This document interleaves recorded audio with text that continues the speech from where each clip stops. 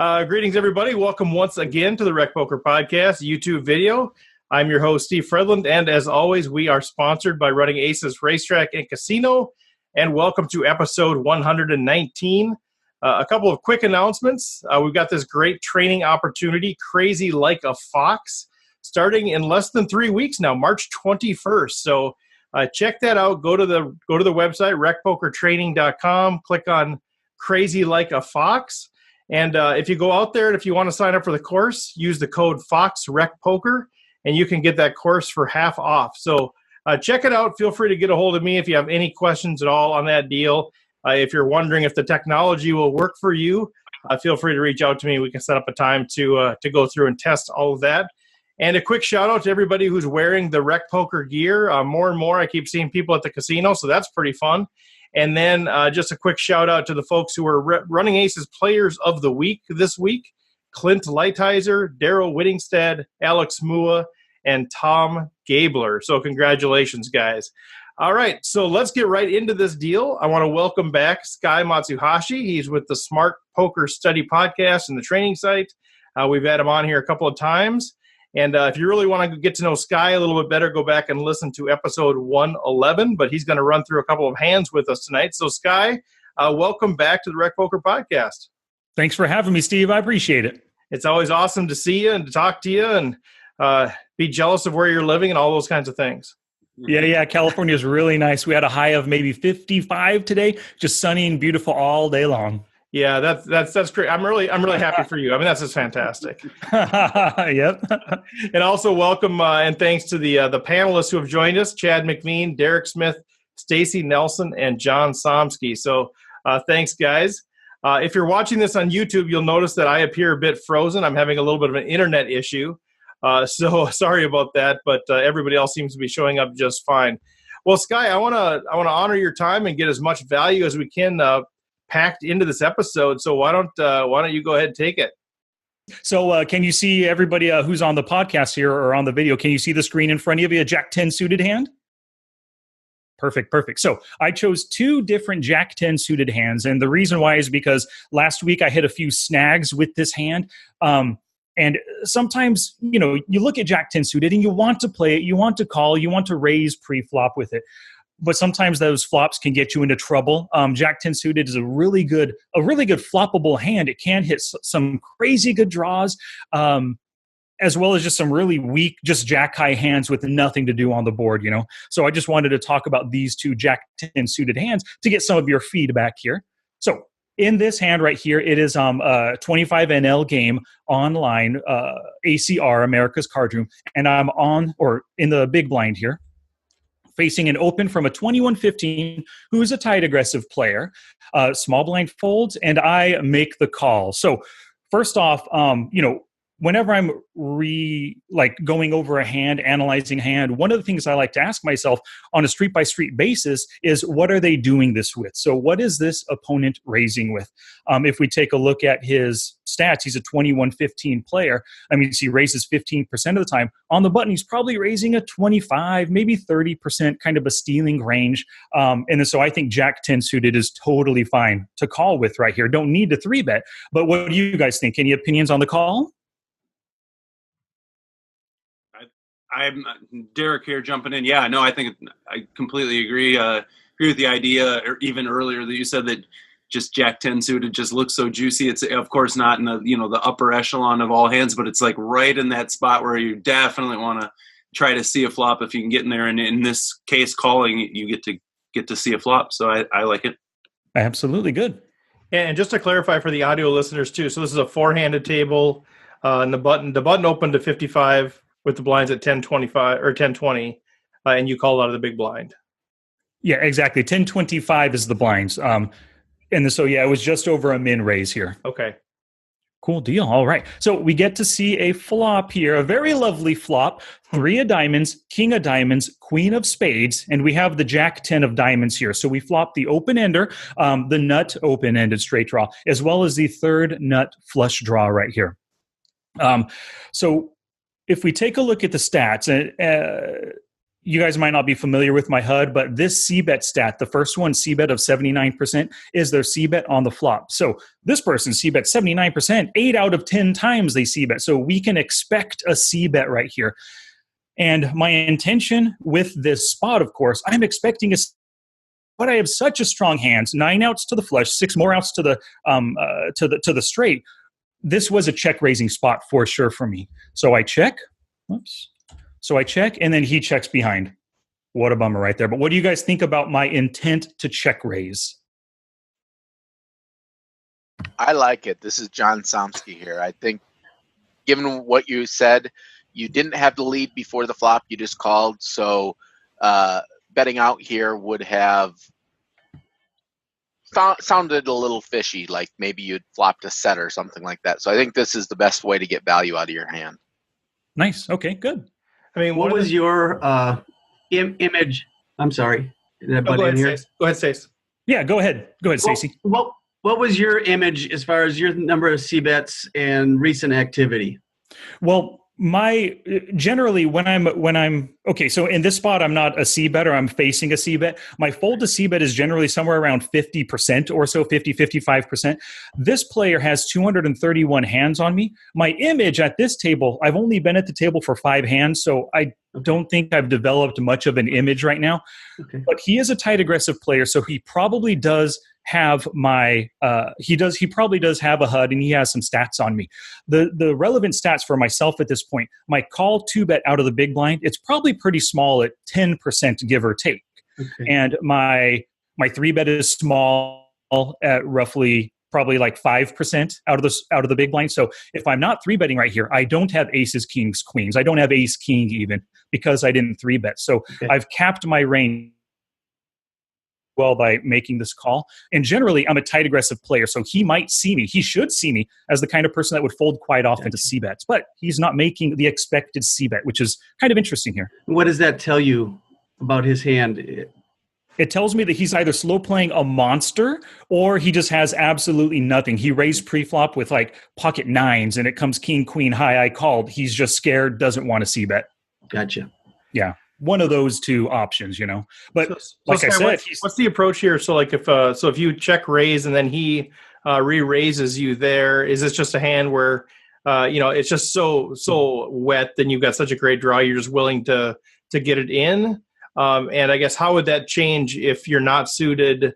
If you just have the open-ended straight draw, do you still check raise, or is it just a check call? With the open-ender, I'm probably just check calling at this point. Open-ender plus the flush draw. I have so much equity, so many ways I can win this pot. Flushes, straights, even some kind of like random trips, turn river trips and stuff. And then plus just with my draws that I have, I can put so much aggression at him. I can check raise right here. Once he calls on the flop, I can bomb the turn for 3/4 pop. If he calls again, even if I didn't hit anything, I still have the chance on the river to hit something. So there's so many different ways, just utilizing aggression to get him to fold, as well as hitting one of my hands to earn some value from him. But to answer that other part of your question, I don't look at this and automatically think I'm getting it in here. I still have just a jack high hand. And my intention, if I do any betting and my check raise, is to get him to fold. So I do have a great draw, and if I do catch an ace, a 9, a diamond on the turn, great, I could get extra value. But when you have a non-value hand, if you can get your opponent to fold, especially after putting in a C-bet, I will have won 2 big blinds from him pre-flop. If I get an additional 3 big blinds, that's 5 big blinds with a jack 10 suited that I win out of this hand. It's not a bad thing at all, check raising and him ending up folding. For sure. But what's your intent, though, if you do check raise and he re-raises you back? Are you then just probably calling and just trying to realize some equity on the turn? No, probably if he re-raises me back, depending on the sizing that he used, my idea is that I would re-raise all in. So it was a check raise and then a 4-bet all in to put a little bit more pressure on him to get him to fold. And if he ends up calling, great, I have 16 outs to a really good made hand. So it's not a bad thing. But if he C-bets and then 3-bet shoves on me, I would consider a folding. I don't know that I would 100% fold, but I'm thinking with my jack 10 suited versus his C-bet and then 3-betting range, I probably have at least 45%, maybe even 50% equity because I have so many outs. Mathematically, it's probably a good call versus his shove, but I would just hate doing it. I would like feel sick to my stomach calling all in as opposed to shoving and having some fold equity. Because if I call all in, I'm just relying on hitting on the turn or river, which that's like playing bingo, you know? Right. Derek? Did you have anything, Derek? Honest to God, he answered my question. Sky, you answered it right away because I was curious to see. I was originally going to ask about the thought of not pouncing right there on the flop with the idea of taking it down more on the turn because you want to, at this spot with just, technically jack high, take this hand down. Would it look more powerful to do that, go with the check raise there and just call on the flop bet and then check raise the turn? Would it look stronger? But actually, before I had a chance to ask it, I think the reasons you explained why you were doing it then, I have to withdraw my question. So cool beans. So anyone else before we head to the turn? No? All right. So okay. So the turn card comes the ace of spades. I turn the nuts. The board is 3 of diamonds, king of diamonds, queen of spades, ace of spades. I've got the Broadway straight, as well as I still have a backup flush draw.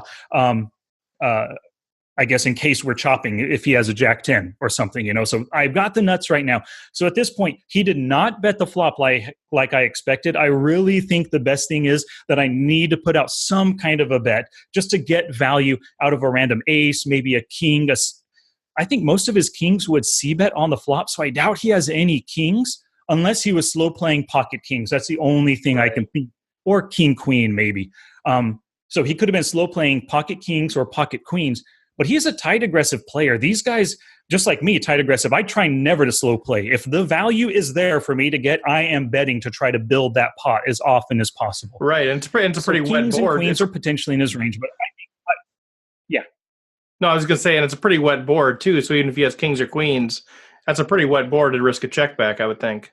I agree with you 100% right there. So I don't expect him to have much, but 75 cents, 3 big blinds. I'm hoping he can call with a random ace that just now hit, or even a second pair or third pair, pocket queens, or maybe he's just unbelieving and doesn't want to fold pocket 9s or 8s,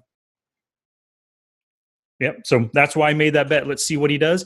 He raises right here. So before I show you what I did, what do you guys think I should do? Should I just call with my nuts and a flush draw, or should I raise to get some value? Yeah, I'm probably raising for value here just because I'm out of position.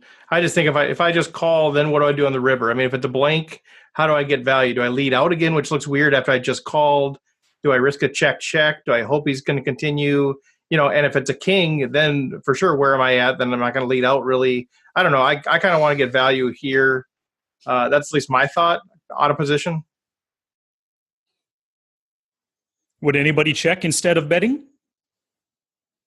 No, I like the betting as well. I think you need to get your value when you can. He already showed a lack of aggression on the flop. So I think this plays perfectly into it. He won't give you as much credit because it could look like you're just trying to steal because of his lack of aggression, and makes him more likely to defend. Absolutely. Yeah. And I agree with both of you right there. And I'm also susceptible to some kind of potential flush draw, a couple of spades that he might have, or even like an ace 4 of diamonds kind of a thing. It just now hit a pair and has a better flush draw than I do. So I agree with you. So what I decide to do is I make it 555, like double his bet plus another 3 or so big, or 4 more big blinds or so, in an attempt to get value out of like a random ace, maybe a king or 2 pair, or even those draws like I just mentioned, And he ends up calling, which is lovely. Any comments there? Talk a little bit about your bet sizing there too, because I know typically a lot of the folks that are on here kind of talk about doing a 3x sizing. So I would have kind of thought you'd maybe go like $7 or whatever. Is it just because you're betting, because you're raising for value, you actually want to call? Is that why the sizing, or is that kind of your standard 3-bet there? It's not necessarily a standard sizing. I do want the call, but I've also given him enough rope to hang himself with a shove to make him think that, maybe I was just betting and then 3-bet bluffing here. Maybe if he shoves his remaining $19, I'm going to fold. So I chose a sizing that I felt was big enough to get me value if he does call, but also big enough to entice that 4-bet from him. Okay. But, he obviously just called right here, which is still a good outcome. I mean, we've built the pot. The pot is now $12 on the river, and we both have $19 behind. Yep. Yep. All right. So the river comes the 5 of spades. So the entire board, 3 of diamonds, king of diamonds, queen of spades, ace of spades, 5 of spades. So there's 3 spades on the board. I have jack 10 for the nut straight. No full houses beat me, but there could be some potential flushes that beat me right here. But yeah, what flushes do you think he could have there? Like king jack of spades or something? Or what spades would he have there? I think any flushes that he would have would be like a jack, a 10, or a 9 or an 8 high flush. Like 8 of spades, 7 of spades or something, because he could have raised pre-flop with 8, 7 of spades. Then checks flop. As soon as he gets a flush draw, hey, I'm going to raise, but I still have a flush draw. I'm not going to fold it, so I call on the turn, So I think those kinds of hands, even the jack 9 of spades is totally in his range right here. Open pre-flop, check flop, bet, call turn. What about a king of spades with something else? Like you get top pair, you just checking back on the flop just to control the pot a little bit. You don't think there's a king of spades in his range? It's possible he does have those, but seeing as he c-bets 79% of the time, and let's see, that's 15 out of 19, this guy likes to c-bet all of his top pair hands. He could have done it, but I would say, like you said, a random king of spades, king 10, king jack of spades is probably c-betting, so I'd have to discount those big time. He has the weaker spades in his range, I think. All right. So I decide to bet out for $7. I don't want to check and just let him check behind because he is checking behind all of his potential ace X hands, any kind of weird 2 pairs. If he just rivered an ace 5 2 pair, ace 5 of clubs or something, he's just checking all those behind because that board is so wet and ugly. I bet and then I 3-bet on the turn.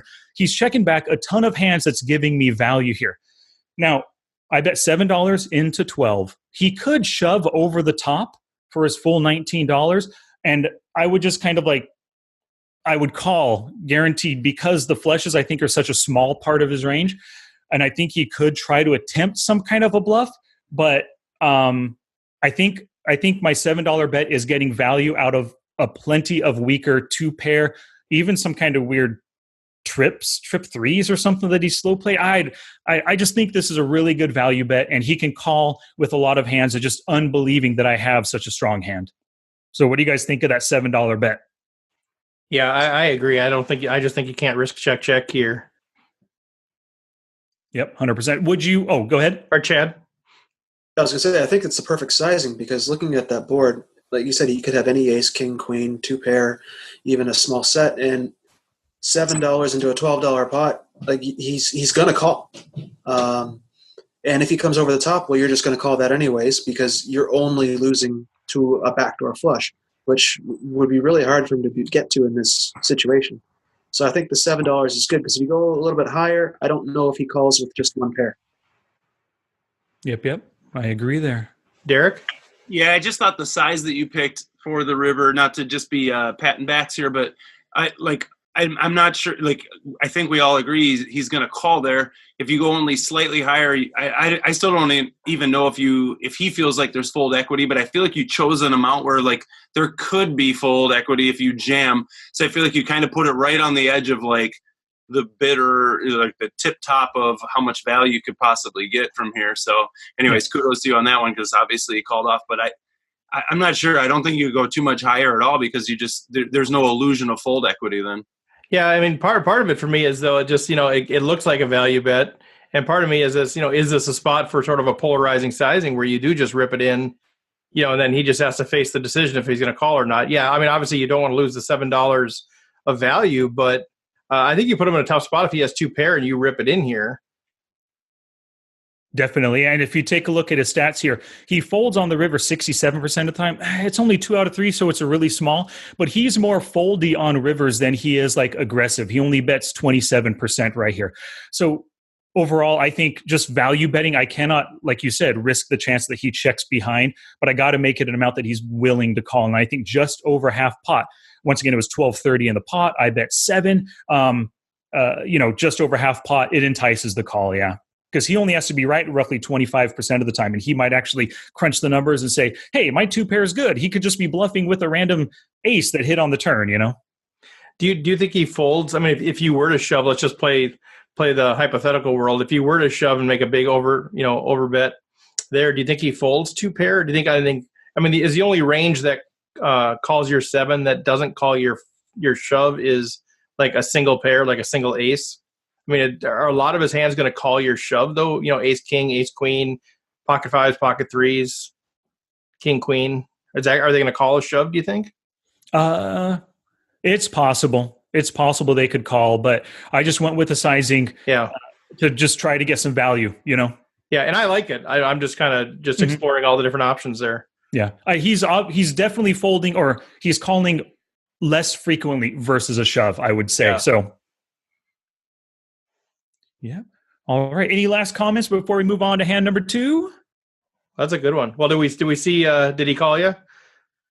Yes, he did. But the bummer is on America's Card Room, when you're the winner in the hand, the caller doesn't have to show. So they just put their hands. So we'll never know. But we can assume he called my $7 bet on the river, right? He 2 pair type hand. He might even have an ace 10 that just doesn't want to believe that we have a top pair beat. So at a minimum, it's got to be an ace at a minimum to make that $7 call. Most likely 2 pair, or even like a flop set of something that just did not boat up and he wasn't willing to put in more money without a boat, And he checked back flop trying to be tricky. Yep. Yeah. Yep. Cool. Good example. All righty. Good. So we'll move on to hand number 2 here. Jack 10 again. Now, this is a heads up situation. I'm on the button, which is also the small blind when you're playing heads up against somebody. Now, the player that I'm up against, I have 1,000 hands on them. They're a 28-19 player. So they're pretty loose aggressive. They like to play a lot of hands. And then so I'm in the small blind, so I get the chance to open the pot here. And I make it just a min raise open. And then he ends up calling. So pre-flop, what do you guys think about that min raise open? Has that been sort of your standard play out of the small blind heads up? Oftentimes, so looking at my HUD, I'm 16 hands in against him. I have 1K hands, but this is probably all 6 max or full ring stats that I have with him. When I'm feeling somebody out at a heads up situation, I'll often just min raise to begin with to kind of see how they respond. If I'm min raising, they're doing a lot of 3 betting, I'll up it to 2.5 or 3 big blinds. But in the beginning, it's only been 16 hands. I'm still at the min raise phase to see how he responds, And you're not implementing any sort of a limping strategy heads up here at this point? No, I don't. Yeah. Well, okay. Yes, I can later on, but like I said, only 16 hands. Yes. Yeah, then I like it. Mm-hmm.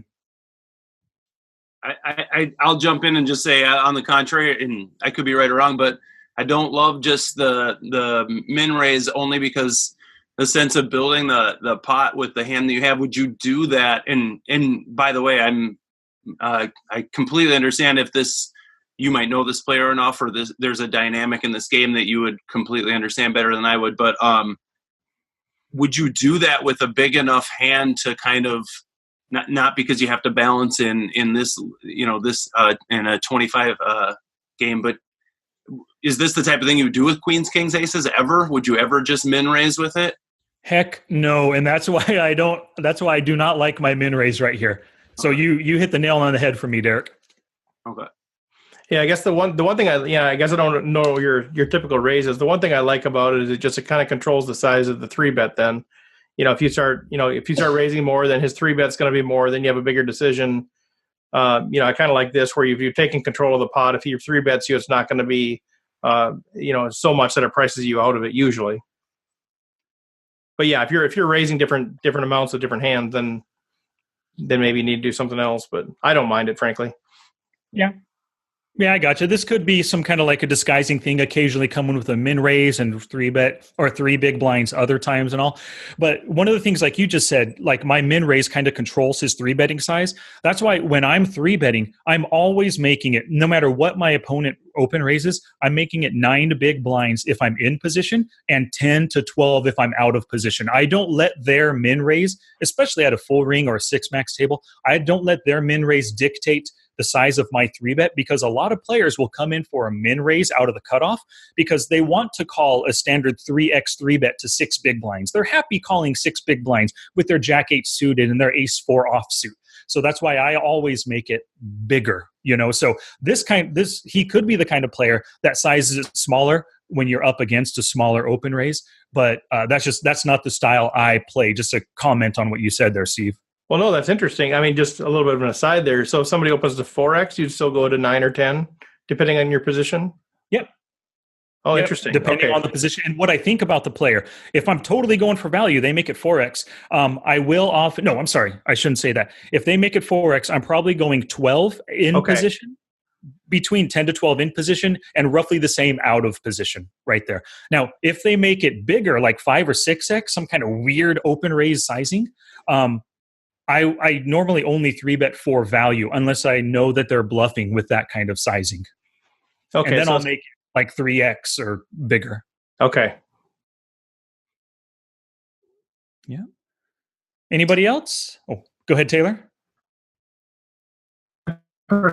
I personally like the min raise. I think it can be part of a total strategy. So even if you include the top part of your range, the kings, the queens, the aces, etc., in there, it can just help build a pot when you're in position. So it's something that I personally like to employ because the big blinds can be calling a lot here.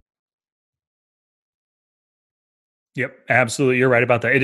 It can be part of a good, well-balanced strategy for sure. Just in general, like Derek had said, if I'm not making it 3 big blinds here and I make it later 3 big blinds with aces, he could potentially see into that, and then stay away every time I make it 3 big blinds and call every time I min raise, which I guess I can flip the script and then start playing differently, based on that information. Like in heads up games, you're constantly adjusting to each other.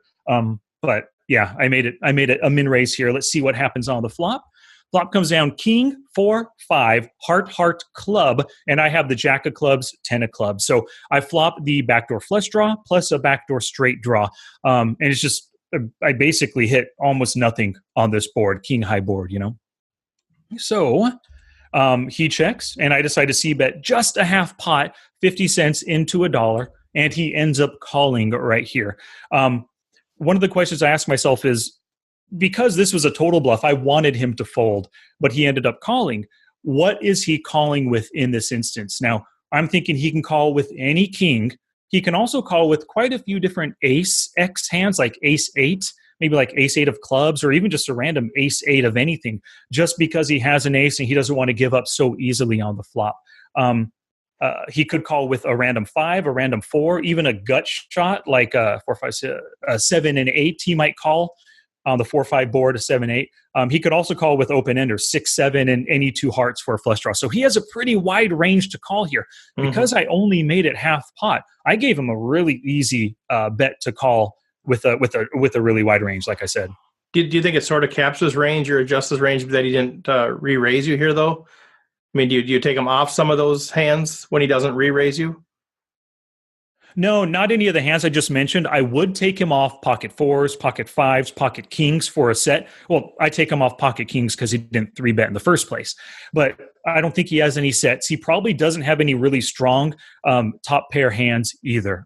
Because he didn't raise, I'm just taking out all super strong hands. Even 4 or 5, I'm probably taking out too on that semi-wet king high board. If I have a king, I'm probably calling if he raises with his 4-5 2 pair. If I have a couple hearts, I'm probably calling. He's getting value. So yeah, let's remove all his strong hands right now. Okay, so you don't think he would check raise with some sort of like a 6-7 combo or a couple of hearts? Oh, it's possible he could. Yeah, he could totally check raise, but you're he's choosing to just check call right now. So I put a lot of draws and weaker showdown value hands in his range. Okay. Yeah. Anyone else? No? Alrighty. So the pot is $2 on the turn. One thing too, real quick. I mentioned at the beginning, I have a lot of backdoor, not a lot. I have 2 backdoor draws, backdoor straight and backdoor flush draw. Oftentimes when I c-bet bluff on the flop, I am planning on double barreling if some of my equity outs come in. And an equity out is a card on the turn that doesn't give you a made hand, but it gives you some kind of a draw. So a club right here would give me a flush draw. On the turn, a club would give me a flush draw. A queen, an ace, or even a 9 would give me some kind of straight draw as well. So ace, queen, 9, and a club, I'm planning on barreling right here. Okay. Any questions on that before we go to the turn? Well, is the thought there a combination of obviously you pick up some hand equity, but also the fact that when he just calls you, there's a lot of his hands that he'll release on the turn? Yes, it's both of those combined. Yes. Okay. Mm-hmm. And then just in general, this player does not like to fold on the turn. He only folds 25% of the time. So I think if I want to push him off on the turn, he folds on the flop 56% of the time. On the turn, 25%. So he's more flop honest. He kind of makes his decision in the hand on the flop. Once he stays in on the flop, on the turn, it's harder to get him off. So if I'm going to double barrel, I think I need a double barrel on the larger size. I use 50% on the flop. I think I need to go 2/3, 3/4 pot on the turn. Okay. Yep. So the turn comes the deuce of clubs, giving me the flush draw. So the board is king of hearts, 4 of hearts, 5 of clubs, deuce of clubs. I have the jack 10 of clubs once again. The best card for me right here would have probably been either a jack or a 10, or probably the queen of clubs would have been the single best. But the deuce of clubs is a nice second place hand, or second place card for me, So he checks once again, which is what I expect on this card that doesn't really change much on the board other than adds a potential draw. And I bet only a half pot, $1 into 2. And of course, he calls right there. So what do you guys think about my bet? Go ahead. I was going to say, was there any thought of going higher? You went half pot on the flop and you half pot on the turn. It could come across that you're just trying to get him to come along with you each way. Yes, that's possible. Or it could come across as I'm just making a super simple half pot bluff, double barrel bluff, So like I said a little while ago, I think if I'm going to double barrel here to push a guy off who doesn't like to fold, I'm going to have to use a bigger sizing. I really would have preferred $1.50 here, 3/4 pot. And to answer your question, Chad, I can't really tell you what I thought at the time. I don't remember when I played this hand. I just was looking through my database and found a good Jack 10 suited hand. But my guess was I just wanted to make a cheap bluff and try to get him to fold. I probably wasn't thinking enough about the sizing I needed to make it to get that fold. When you made that bet, were you already thinking about what your plans were for the river if he called you? I probably wasn't, to be honest. If I was thinking about that river, I think I would have made my bet bigger right here, because looking ahead to the river means I'm giving a lot of thought to the current street as well. I should be, at least. So if I was thinking about the river, I should have made this bet bigger. So as you think about it now, okay, when you say I should have made the bet bigger, is that because you plan on barreling the river or because you plan on giving up? Which mentality were you in? Or are you thinking about it now as you say, man, I wish I would have made that bet bigger? Is it because you're planning on, well, this is my one shot to win the pot and I'll just wave the white flag on the river? Or because that sets me up to then, to make another barrel on the river, an even larger bet? Yeah, it's twofold. It's a larger bet would be more likely to get him to fold here. And then that will allow me to make an even larger bet. If I made it 3/4 pot here, and then I made it 3/4 pot on the turn, I'm using a bigger bet sizing, putting more pressure on him. Hopefully that would get him to fold any kind of marginal pairs, anything that doesn't feel like calling 3 full streets, that doesn't think their hand is good enough for 3 streets, Yep. Yeah. Derek, did you have something? You know what? No, I was wondering about the size too, but I feel like through a couple of the comments that we kind of moved through that it just felt like what you seemed to after the fact be kind of analyzing, that you felt like you came across that what you were representing, what you're trying to show at this point. You kind of it felt like you turned your hand a slight bit up by the half pot bet there, and I think you were right. It seems like the higher, a little bigger size right there might have been more appropriate, but I think it sounds like you kind of have already come to that conclusion too. So.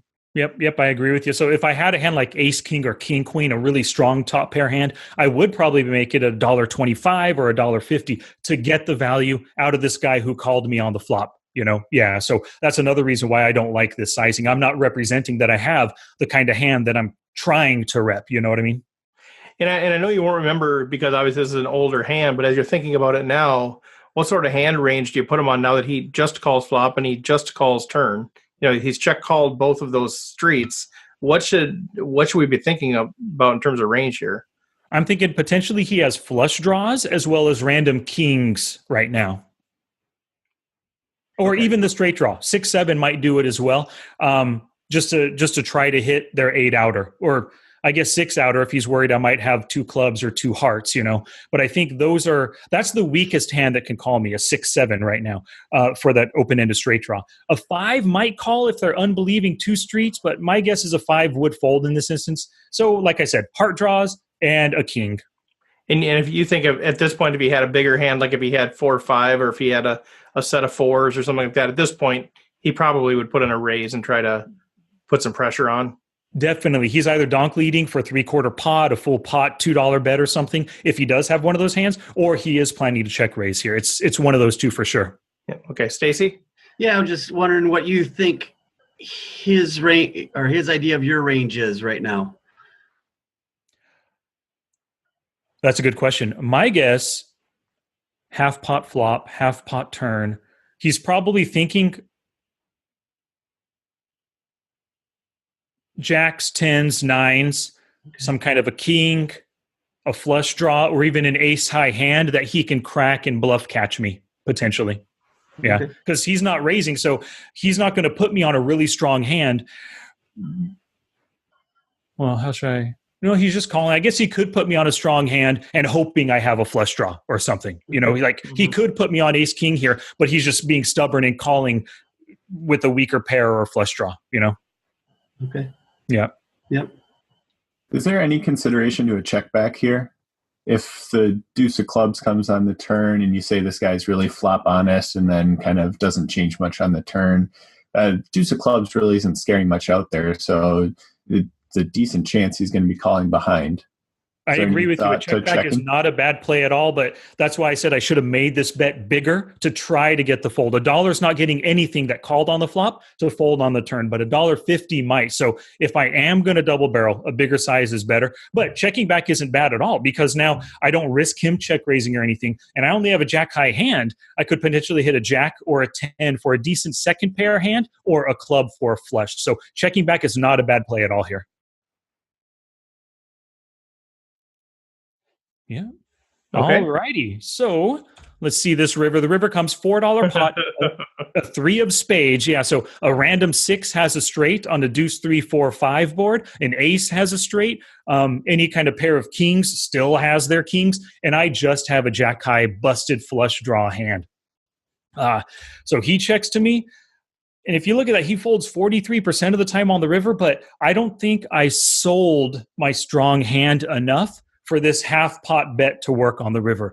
I think I just threw money away here. I think making it bigger on the turn, and if he called that bigger turn bet, I could easily check behind this jack high, knowing that I am beat, that he's not going to fold on the river right here. So I really hate this bet.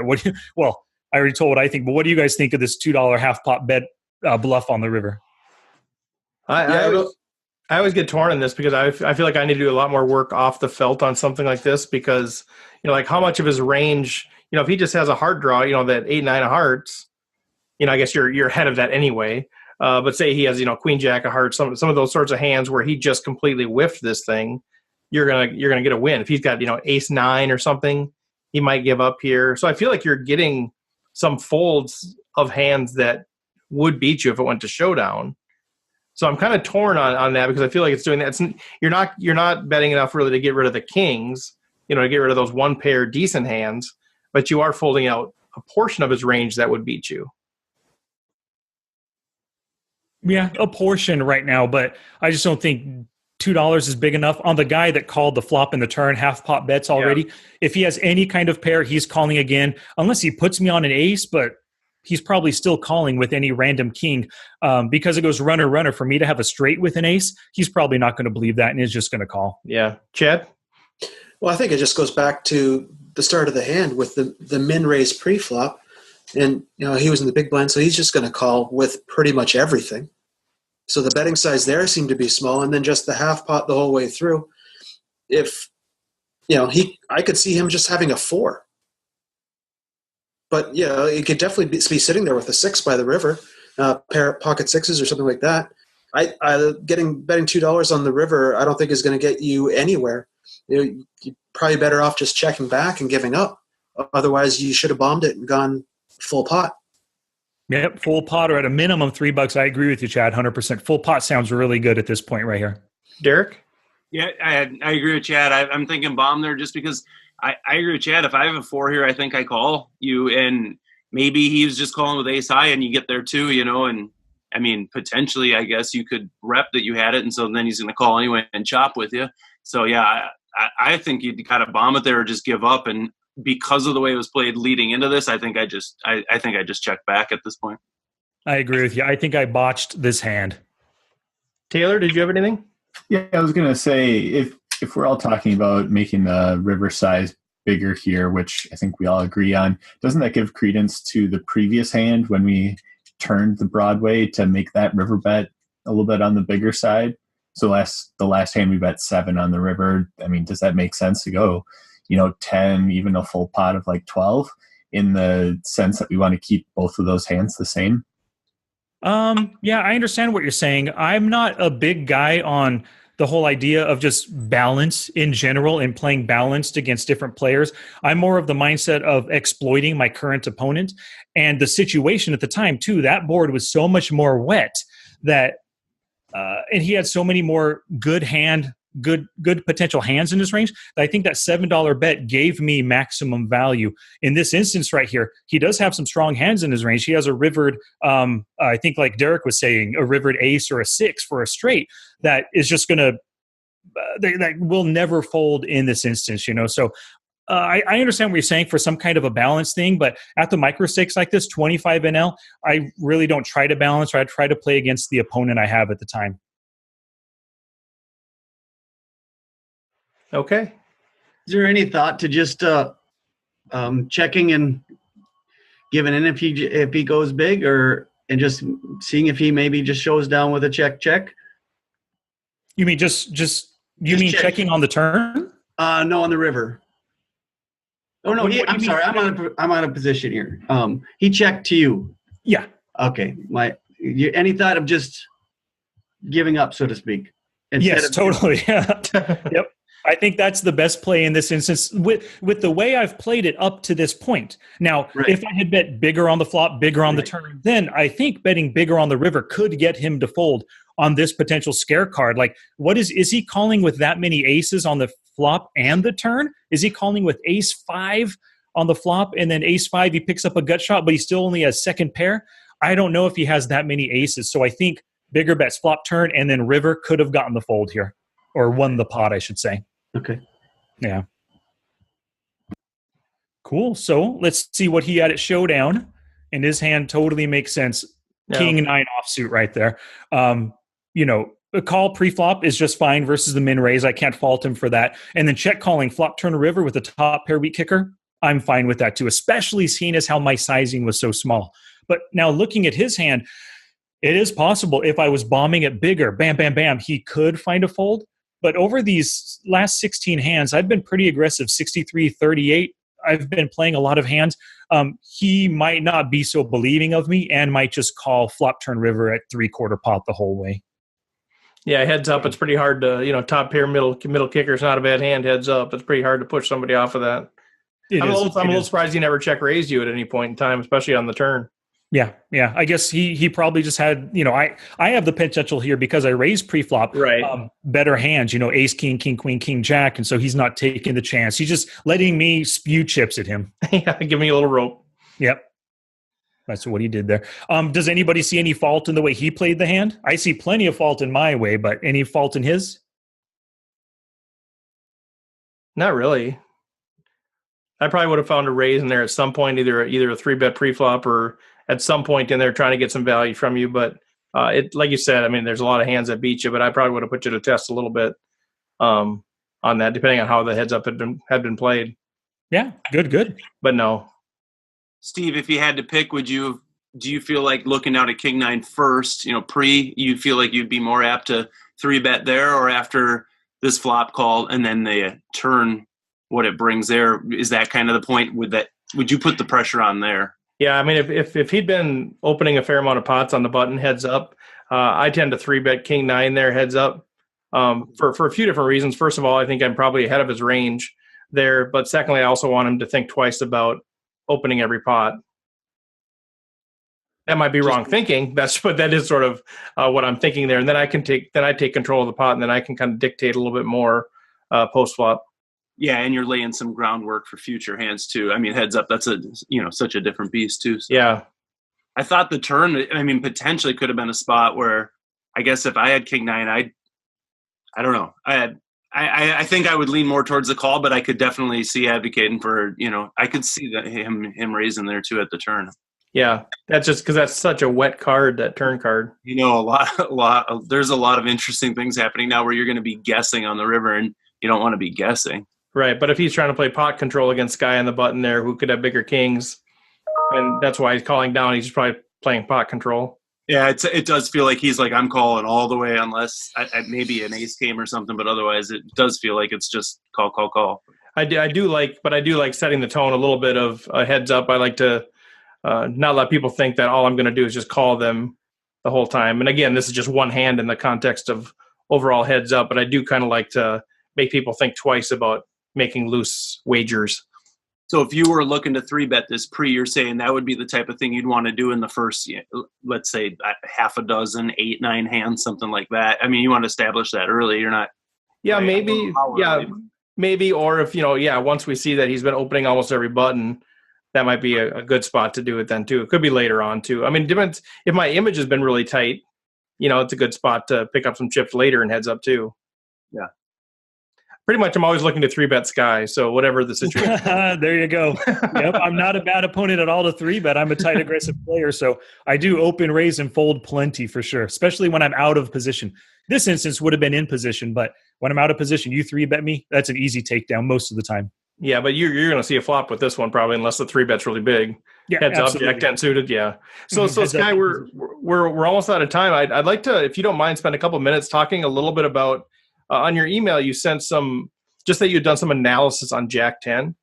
We don't need to get into all of your analysis, but if you could just kind of share for the listeners and for us, kind of how do you approach that when you say, okay, I want to analyze Jack 10, and you obviously have the luxury of having your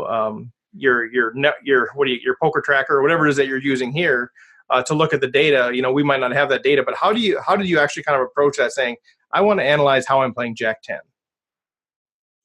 That is a good question. So let me show you my database here. You can see it on the screen, Poker Tracker 4. And walk through a little bit for the audio folks. Make sure you kind of touch on things just for the audio folks. Definitely. So Poker Tracker 4 is a poker tracking database. Depending on the site that you play on, it records all of the hands that you play. And with all of those hands, it develops different statistics for your play. For example, VPIP is voluntarily put money in the pot. It knows that with Jack 10 suited, or Jack 10 suited and offsuit, I voluntarily put money in 27% of the time. So 1 out of 4 times I play it.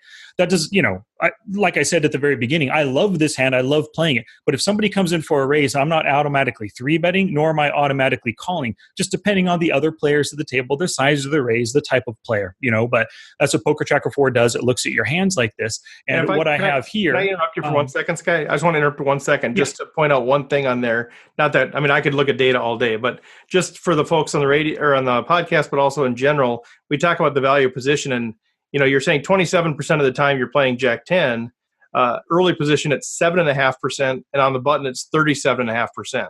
Just to give folks an idea of the value of position, at least how you're valuing position, saying, okay, not all Jack 10s are created equal. Early position you're playing it 7%, late position you're playing it 37% of the time. I think that's a critical concept. Absolutely. And, but not contrary, but kind of, I don't know what to say exactly. If you look at the screen right here, in position with Jack 10 suited, you think, hey, you have the best position. You should be making money. No, I'm $28 down on the button when I'm playing it 37% of the time. In the early position, $4 up when I play it only 7% of the time. So I think, like I said at the beginning, Jack 10 is such a pretty hand. I want to play it. I probably sometimes play it in situations that I shouldn't. Maybe I'm just calling way too often, especially when I have position, because it's such a pretty hand. I want to see flops. So I'm possibly losing a lot of small little pots, but that adds up to big losses overall, $28 down. And as you can see in my database, since January 1st of 2018, I've played this hand 1,269 times, and I'm down $55 or negative 28 big blinds per 100 hands. So it's not a profitable hand for me at all. But what I'll do sometimes with a specific hand, if I want to look it up, I'll just filter in my database for that hand. And then you can look at it by position. So we can go to the button right here, all the different Jack 10s that I played on the button. We can sort it by the currency one. You can see Jack 10 offsuit, my best hand, I won $6.42, which is just over 26 big blinds, give or take. And then we can review the hand to see what happened and how I played it. Obviously, I turned a full house. That's why I won so much with it, But if we look at if we sort it by the currency loss, Jack 10 suited, I lost $6.55, roughly 26 big blinds again when I flopped that flush draw plus a gut shot, and then I raised and folded on the turn to somebody's shove, So what I can do is go through these hands and take a look at them and replay it and see how I played it and see what I did wrong, look at the various percentages, run stuff through Flopzilla. So this is basically how I study specific hands if I want to just see how I'm playing them and how I could potentially play them better. So that's fantastic, dude. We could spend hours and hours talking about this.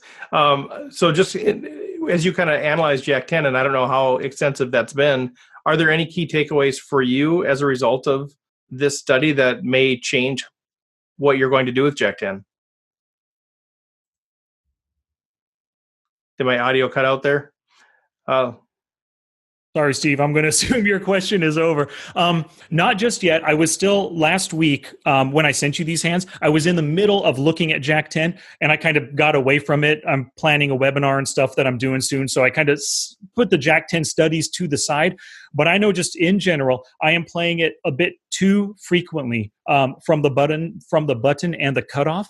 Those are the best positions. So I should be able to find ways to get aggressive with them. But as you guys saw on that one hand, I was on the button with Jack 10 suited, and I just wasn't as aggressive with my bet sizing as I should have been to get the fold. And I'm thinking that can be a big part of my issue. When I'm not hitting the flop, I'm just not, because I only have a Jack high hand, I'm not betting what I should, is what I'm thinking. But it will require more research. Derek?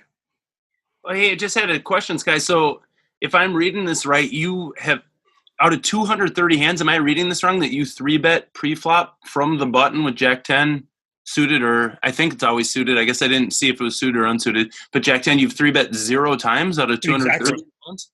Yep, 0 times.